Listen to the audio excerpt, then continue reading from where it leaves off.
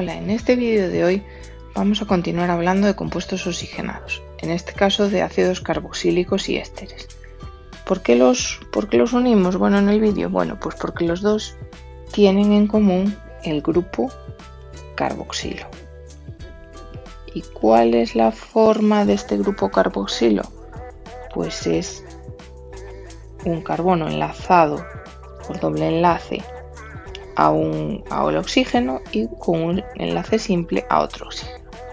Luego lo que puede ocurrir, y ahí están las diferencias entre que sea un ácido carboxílico o que sea un éster, es que este oxígeno de aquí pues aparezca enlazado a un hidrógeno o aparezca enlazado a otro átomo de carbono.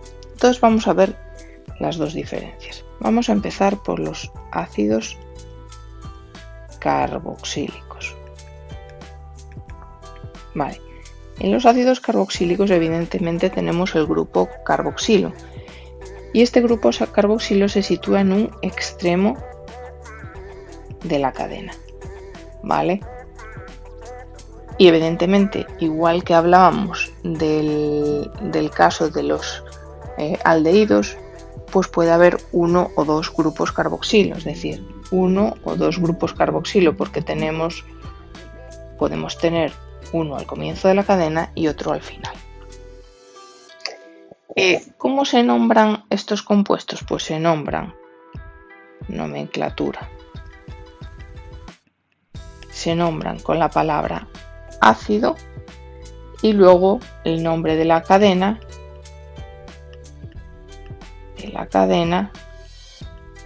acabada en el sufijo oico. Y vamos a poner ejemplos para entenderlo. Empecemos por uno, el más simple quizás, que es el que se conoce de forma común como ácido fórmico porque se encontró en las hormigas, pero su nombre, según esta nomenclatura, ¿cómo sería? Bueno, pues tenemos un átomo de carbono nada más en mi molécula, ¿verdad? Entonces estamos hablando de un met.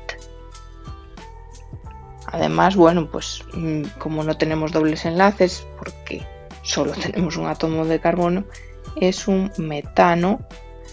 Y como decíamos, ¿cómo se nombra esto? Ya que tenemos el grupo carboxilo aquí, pues se ponía delante la palabra ácido y lo acabábamos en oico, metanoico, ácido metanoico. Para que os quede claro cómo sería el ácido metanoico en su fórmula desarrollada, lo voy a escribir aquí. COOH y aquí estaría el otro H. Veis que este carbono tiene sus 4 enlaces, con lo cual cumple la regla del octeto. Esta sería la fórmula desarrollada del ácido metanoico, pero lo podéis ver escrito así. ¿Cuál es el truquillo para diferenciarlos? Estos dos oxígenos juntos en la fórmula semidesarrollada. Cuando veáis estos dos oxígenos juntos ya sabéis que estamos hablando de un grupo carboxilo y tenéis que ver si luego hay un hidrógeno o si hay más átomos de carbono. Eso es lo que os va a indicar, o lo que os va a permitir diferenciar si se trata de un ácido carboxílico o de un éster. Vamos a seguir con más ejemplos de ácidos carboxílicos. Vamos a ver este de aquí, CH3COOH. Vale, ¿cómo nombraríamos esto? Bueno, primero tenemos dos átomos de carbono.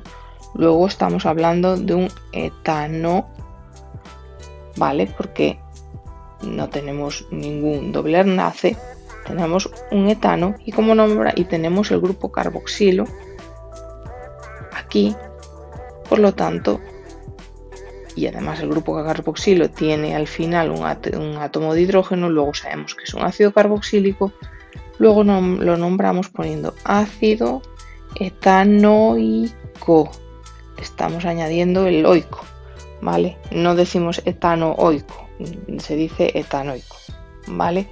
Su fórmula desarrollada sería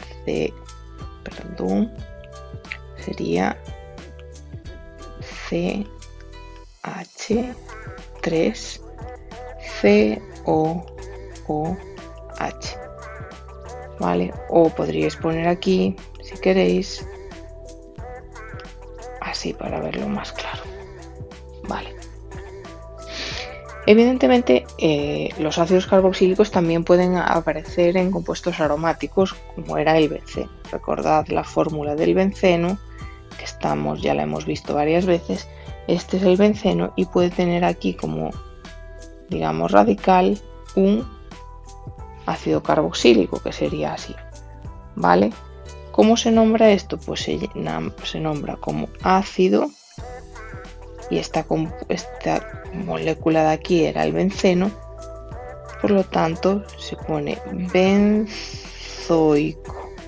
¿vale? Se le pone el apellido o el sufijo oico. Vale, vamos a movernos ahora a los ésteres, que digamos son de la familia de estos compuestos. Ésteres.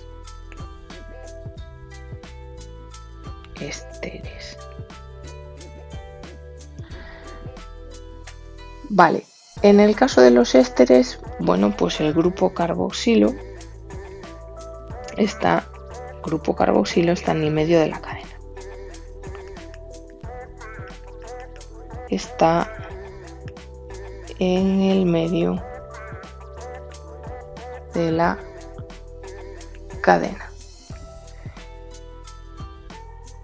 Y tiene esta forma, CO, O, y aquí aparecería otro carbono, ¿vale? Y este carbono de aquí, digamos que lo podemos considerar como si fuese un radical de lo que no es nuestro compuesto principal. Recordáis que cuando hablábamos de radicales, pues hablábamos de metilos, se nombraban así los radicales. ¿Cómo nombramos un éster? Nomenclatura de un éster. Bueno, pues en la nomenclatura del éster tenemos que tener en cuenta dos cosas. Primero, identificar los átomos de carbono que forman parte de la cadena principal que lleva el carbonilo. O sea, tenemos primero que identificar la cadena que tiene el carbonilo.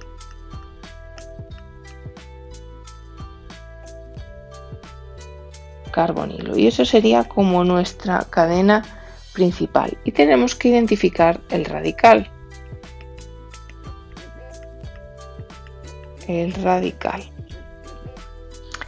Vale, a la cadena principal le ponemos entonces el sufijo ato. Cadena principal, sufijo ato. Y a lo que es luego añadiríamos la palabra de, y luego añadiríamos el nombre del radical acabado en hilo, terminado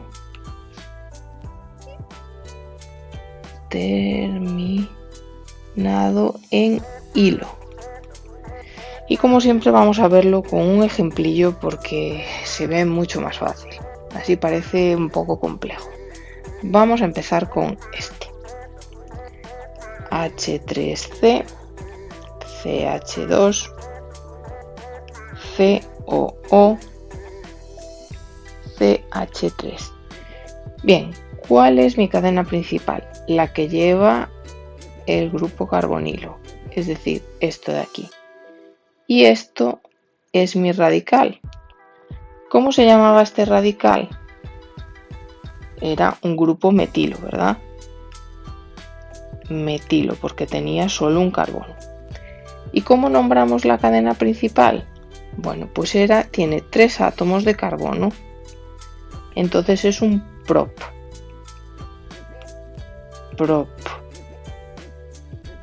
Como no tiene ningún doble enlace, es propanoato, porque dijimos que la cadena principal tenía el sufijo ato, el nombre de metilo. Sería así, propanoato de metilo. Vamos a ver otro ejemplo, en este caso con el amigo benceno. Este es nuestro benceno, tiene aquí el grupo carbonilo y esto está enlazado a esto de aquí, a CH2CH3. Entonces, ¿qué podemos identificar? Bueno, nuestra cadena principal dijimos que era la que tenía el grupo carbonilo, es decir, esto es nuestra cadena principal y esto es nuestro radical. ¿Cuál era el nombre de este radical que tiene dos átomos de carbono? Es un etilo, ¿vale? ¿Y cuál es el nombre de nuestra cadena principal? Bueno, pues como lleva un benceno es un benzoato y llevaba la palabra de etilo. Es decir, este compuesto de aquí se llama benzoato de etilo. ¿Por qué? Porque tenemos el compuesto del benceno con un ácido carboxílico unido a un radical, por lo tanto es un benzoato de etilo.